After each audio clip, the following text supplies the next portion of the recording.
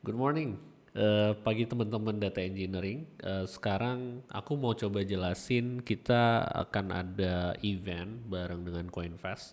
Jadi itu adalah spesialisasi di bidang blockchain untuk media dari Indonesia ya. Jadi kalau misalnya teman-teman mau coba-coba blockchain atau berkecimpung di dunia blockchain dan kripto tentunya, kalian bisa nanti lihat nonton video selanjutnya. Nah, oke. Sekarang kita mungkin udah banyak dengar teman-teman ya misalnya tentang kripto itu evil ya kan, atau tentang banyak hal yang buruk ya mengenai kripto, dan bahkan ada yang sampai apa ngeban dan yang lain-lain. Kalau dari sudut pandang aku sendiri sebenarnya itu kan teknologi ya, dan teknologi itu selalu ada. Kalau ada bad actor yang memanfaatkan pasti akan terjadi hal-hal yang buruk gitu. Dan banyak juga orang yang berkecimpung di dalam kripto sebenarnya mereka nggak ngerti sebenarnya itu apa gitu, mereka hanya tahu itu sesuatu yang bisa ditradingkan ya kan. Atau banyak orang yang mungkin pinter tapi akhlaknya jelek gitu, jadi citranya juga hancur gitu ya. Nah jadi dari sisi data engineering, aku akan coba jelasin apa hubungannya antara data engineer, apa yang bisa kita kontribut ke dunia blockchain atau kripto, karena tetap aja kita akan berhubungan dengan data, distributed system, dan juga large scale application ya. Jadi yang butuh scalability dan yang lain-lain. Tapi di sini lebih menarik karena kalian harus paham engine-nya itu seperti apa gitu. Kalau misalnya di centralized, kalian nggak tahu, black box aja gitu ya. Dan kalian bisa pakai dan selama kalian tahu konfigurasinya ya. Nah, di sini kalian akan lebih deep memahami yang namanya konsensus, distributed system dan yang lain-lain. Dan terutama gimana dari sisi economic benefitnya ya. Jadi ini something yang quite interesting dan quite serious. Jadi kalau ada orang yang bilang, yuk main kripto, ya apaan sih? Kayak main kripto, ya sama aja kalau misalnya lu, yuk main bedah gitu ya. Karena lu nggak belajar ya. Apalagi dokter bedah itu kan ya scary gitu. Dan financial market juga itu scary place untuk orang-orang yang memang nggak tahu gitu. Jadi mudah-mudahan dengan ini kita bisa dapat pencerahan. Nanti ini ada beberapa series, jadi kalian tunggu aja series berikutnya ya.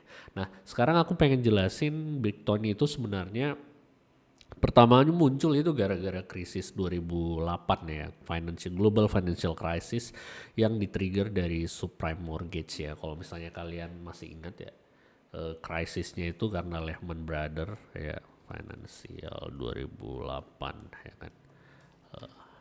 Kalian bisa lihat ini Lehman Brothers itu collapse ya. Karena apa ya? Dan itu cascading ya. Belakangan ini kalau misalnya kalian lihat yang masalah Terra gitu, UST, dan cascade dia ke apa namanya, ke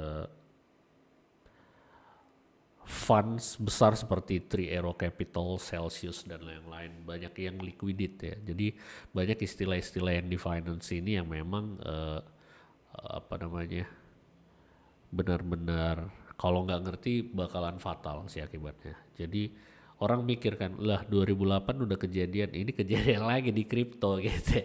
Ya, tapi at some point kalau misalnya kalian tahu ya yang namanya anti fragile ya. Anti fragile itu adalah konsep dari Nassim Taleb. Jadi istilahnya whatever doesn't kill you make you stronger gitu. Jadi financial market juga seperti itu gitu. Dan manusia juga orangnya nggak bego gitu kan, maksudnya kita juga bakalan belajar dari kesalahan dan itu akan terus iterate gitu. Tapi bad actor selalu ada dan tugas kita ya memang untuk ngesikat mereka ya kan. Jadi itulah karena kita harus disiplin sama profesi juga gitu. Nah, kalau misalnya kalian mau lebih lanjut tentang kripto, ada yang namanya Crypto Startup School. Ini supaya kalian lihat dari sudut pandang yang bener gitu ya. Jadi nggak kayak kripto, main kripto gitu. What the heck? Jadi setelahnya kalian bakalan lihat di sini kan crypto networks itu apa ya. Baru kriptografi ini profesor di Stanford kalau nggak salah. Baru ini Coinbase CEO, dan kalian bisa lihat oh hubungannya dengan gaming, DAO, crypto economics, sampai nanti masalah smart contract verification dan lain-lain. This is quite interesting dan gimana fundraising. Jadi kalian bakalan lihat Kalau ini serious stuff itu bukan kayak main-main monopoli gitu ya. Ini impacting a lot of people juga gitu. Dan sama di financial juga kayak gitu. Hanya di crypto itu semua orang bebas masuk. Kalau di financial market konvensional hanya orang-orang yang punya privilege tertentu yang bisa punya akses direct ke market. This one is different gitu. Makanya aku super excited dengan crypto karena everyone can be a player. Tapi good or bad itu tergantung ke dirinya masing-masing. Jadi feel free to jump, but I suggest that you have a proper foundation first. Oke. Nah, di sini aku akan coba ngasih tahu. Oke, tadi udah tahu lah ya maksudnya. Nah, sekarang kalau misalnya Bitcoin itu ya kalian bakalan tahu ada nodes gitu ya. Sama seperti kalau misalnya kalian punya cluster, ada nodes, tapi yang punya nodes-node personal ini punya masing-masing. Ya kan? Jadi everyone can host the node. Walaupun mungkin gak easy, tapi semua orang bakalan bisa punya node. Which is itu namanya minor bisa jadinya kan. Jadi setelahnya kalau misalnya kalian punya super node atau dia bakalan bisa mining dan kalian dapat insentif. Karena harus selalu ada unsur economic value-nya ya. Kalau enggak bakalan ada yang mau gitu kan. Nah jadi setelahnya mau end usernya seperti apa, mau orang biasa, mau orang terkenal, mau corporate, mau individual, everyone can have it ya. Ini public blockchain, jadi artinya ada public, semua bisa akses. Oke? Nah, tentu aja kalian bakalan punya spesifikasi komputer yang memang sesuai gitu ya. Nah, jadi ini nggak peduli mereka, katanya kan people doesn't care, ya kan blockchain itu doesn't care gitu. Jadi kalau misalnya ini ya kalian bakalan bisa lihat struktur aplikasinya nanti. Ada konsepnya around transaction ya kan karena financial transaction. Nah, kamu pay kemana gitu nanti dia akan connect ke Bitcoin node-nya, dia bakalan konsensus, dia bakalan tally, di buffer dulu. Kalau misalnya mau di batching baru nanti akan di-execute dan jadi persis di blockchain. Itu kayak kalau misalnya kalian lihat itu kayak linked list ya, glorified linked list. Jadi dia ada hubungan ke node berikutnya dan itu immutable, ledger namanya ya, tipe datanya. Jadi balik lagi ke computer science ada yang namanya ledger, which is itu basicnya adalah linked list yang super ada unsur kriptografik di situ ya. Jadi kalian bisa lihat ini, kalian harus punya wallet ya kan. Wallet itu sebenarnya ke key kalian ya, private key kalian ya. Jadi kalian bisa sign transactionnya karena kalian harus punya identity gitu ya. Tapi identitinya kalau misalnya kalian mau sembunyikan, kalian bisa bikin anonymous kan sebenarnya kan. Jadi tapi kalau misalnya orang itu udah tahu account wallet sini adalah punya sini ya kalian ke trace gitu. Jadi censorshipnya ya at some point uh, kalian harus manage sendiri ya. Jadi banyak caranya dan kalian bisa lihat nanti ke pelajaran berikutnya ya. Ini ada network ya, dia saling terhubung dan saling mengupdate gitu ya.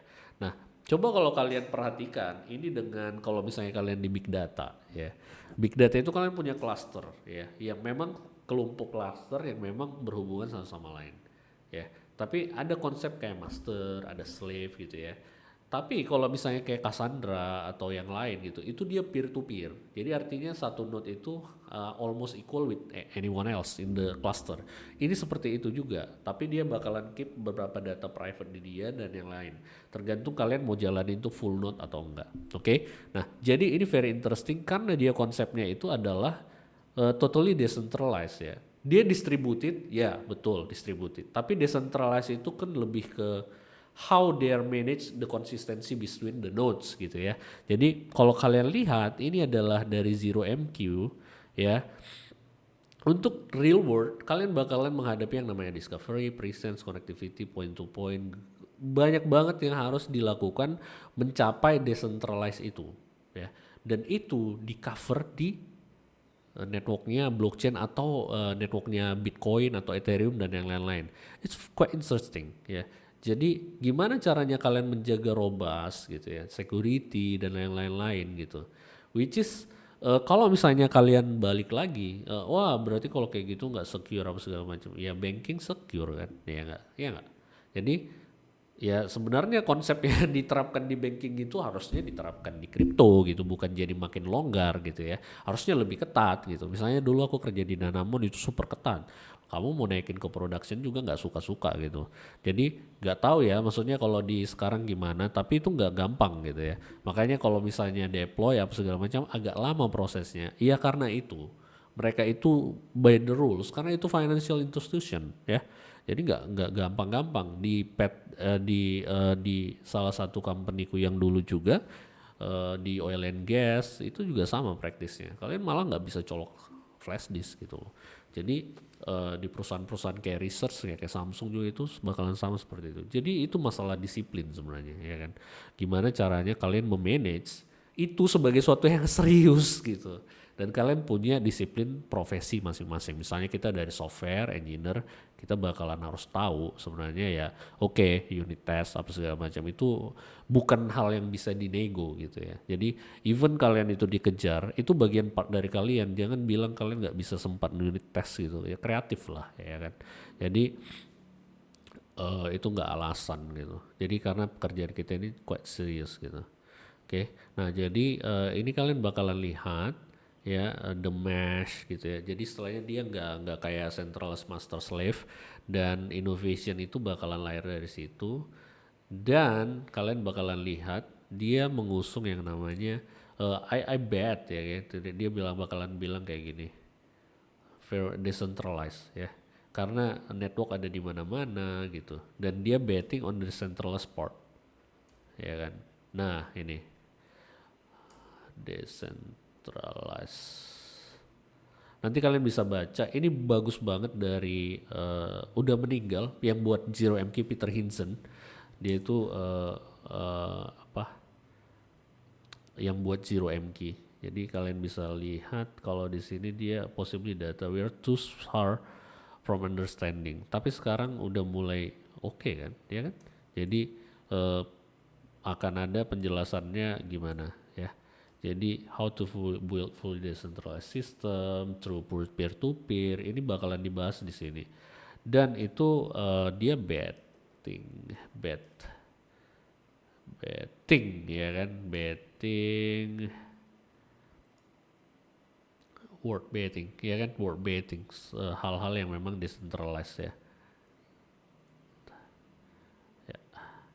Anyway, jadi kalian bisa lihat pentingnya decentralization itu dari sisi governance-nya, ya. Dan itu nggak gampang, ya. Kalian harus benar-benar paham gitu. As software engineer, namanya juga kita engineer kan. We create things that works, ya, secure, it's safe, ya. Bayangkan kalau misalnya kalian bikin roket, ya. Jadi nggak gampang. Dan kalian harus take it seriously. Ya, append only, ya immutable kalian bisa baca. Nah, di sini nanti kalian akan ada diperkenalkan mengenai cryptographic. Ini bukunya Growing Bitcoin, dia biasanya menjelaskan dengan sangat bagus banget ya. Jadi kalian tinggal ikutin sebenarnya. Ini bakalan enak lah kalian belajarnya nanti. Ya ada exercise-nya juga malah. Buku yang bagus itu ada exercise-nya biasanya. Address ya kan, karena kalian udah belajar tentang cryptographic, berarti ada key, ada value, ada encryption. Kalian punya address ya kan, dan kalian punya wallet ya kan, which is itu apa? Private key ya kan. Dan kalau publicnya itu kan kalian alamat addressnya kalian. Baru ada konsep transaction ya. Dan blockchain itu sendiri mereka akan apa? Akan melakukan ledger. Ini dia bakalan dapat ada header, ada bodinya dan lain-lain, ada transactionnya. Nah, ini konsep-konsep dasar sebenarnya di distributed system, ada body, ada header gitu. Kayak TCP/IP juga sama sebenarnya. Ya, jadi konsep yang computer science itu berulang. Ya. Nah, ada proof of work ya. Ini yang jadi kontroversi ya kan karena banyak banyak itu ya banyak carbon emission karena listrik gitu ya. Jadi ada miners tapi sebenarnya kalau kita pikir-pikir di Indonesia juga banyak data center yang nggak kepake. Jadi sama aja sebenarnya. Jadi tergantung kita mau lihat dari sudut mana gitu. Kalau mau dicari-cari kesalahan, ya semua punya kesalahan ya kan. Jadi kita lihat apa yang bisa kita benahin, gimana cara bikin code efisien gitu. Misalnya sekarang pakai ARM gitu ya. Kita juga coba pakai dan yang lain-lain ya. Jadi ada miner. Nah, kalian di sini bakalan lihat nih, miner itu sebenarnya gimana sih gitu ya. Jadi dia sebenarnya nge-verify blok gitu ya. Karena dia bisa nge-verify blok, dia dapat insentif ya. Prinsip ekonomi lah ya. Jadi kalian harus lihat selalu ada economic insentifnya if you are taking the risk ya. Jangan sampai kayak di conventional market ya kan, people ya, di crypto juga ada people get rewarded for other people risk gitu ya kan. Orang punya duit diolah sama dia, kalau misalnya cuan ya dia dapat profit juga, kalau enggak dia dapat fee tetap. Karena ya kalau misalnya di sini kalian bisa do your own rules gitu ya. Jadi istilahnya you have an asset, you take risk, you get rewarded or not ya kan. Jadi jelas dia play gamenya gitu. Jadi nggak kayak dibego-begoin sama big player gitu ya. Tapi kalian harus belajar ya. Intinya di situ. Nah, ini dia balik lagi mengenai masalah peer to peer network yang tadi ya. Gimana caranya kalian nge-verify, gimana caranya kalian bisa relay. Kalau misalnya kalian tahu konsep BitTorrent, it's very very beautiful ya kan. Dari sisi engineering ya, bayangkan kita nggak tahu sebenarnya dia disimpan di mana. It's the real cloud menurutku ya. Gue nggak tahu gitu, tapi lu bisa dapetin datanya. It's very very amazing. Itu yang bakalan diterapkan juga di sini ya. Jadi kalian bakalan bisa liatin ada abstraction standar. Kalau misalnya kalian udah belajar computer science atau uni IT, kalian bakalan tahu lah konsep-konsep kayak Bloom filter dan apa ya, misalnya kayak heuristic ini. Karena nggak mungkin 100% apa namanya, kalau Bloom filter kan dia ada false positif ya. Jadi untuk ngecari tapi nggak brute force semua gitu dicari. Oke, ya. Oke, mungkin untuk yang sekarang kalian coba baca ya. Aku harap kalian bisa bisa apa ya, bisa belajar sini dengan basic computer science yang kalian punya gitu ya. Kalau misalnya computer science kalian belum dapat karena mungkin kalian lulusan bootcamp, kalian bisa belajar yang konsep-konsep dasar di sini sih. Ya, kayak ya ini pastilah struktur data, operating system, ya computer networking sama distributed system. Ini juga ada bukunya kok. Ya, jadi kalian bisa lihat di sini, kalian bisa subscribe sih sebenarnya kalau mau ya. Konsep-konsep dasar dan distributed system kalian bisa lihat ada yang baru distributed system patterns. Nah, ini dia. Ini dia Martin Fowler. Ini Josh Massey yang bikin ya, Unmesh Joshi ya. Jadi dia bikin ini, ada yang kayak konsisten, konsensus. Dia bakalan ada konsep-konsep kayak gini. Oh, bisa ada quorum gitu ya. Quorum itu apa gitu. Ada problem, solution, dan pattern ya. Jadi kalian bisa lihat konteksnya ini dipakai kapan gitu. Nah, Cassandra juga pakai ini kan. Ada gosip protokol juga kalau nggak salah. Itu juga aku suka itu konsepnya. Gosip. Nah, ini gosip protokol ya kan, random selection. Ini kepake ya. Jadi knowledge itu yang kayak gini-gini basic, tapi dia akan kepake terus. Nah, jadi eventnya itu kita bakalan join sama second ya, CoinFest ya. CoinFest ya. Jadi ini ada event di Bali sama bareng CoinFest. Kita jadi sponsor juga salah satunya. Jadi kalian bakalan bisa lihat di sini banyak juga yang datang dari Indonesia apa speakernya, dan ada yang dari internasional kayak CoinDesk, Fireblocks gitu ya. Near ini protokol, Solana ya, yang pada OpenSea kalau misalnya kalian tahu NFT, itu marketplace-nya Tezos dan Nansen ya. Nanti kalau dari Nansen dia itu lebih ke analytics yang lebih dekat ke kita lah. Jadi aku coba nanti bahas tentang ini sedikit. Ya, kalau Tezos ya itu berarti ini salah satu apa ya, tools dan platform ya. Baru kalau ini NFTs, baru yang ini scalable blockchain karena dia lebih cepat, TPS-nya 50 ribuan.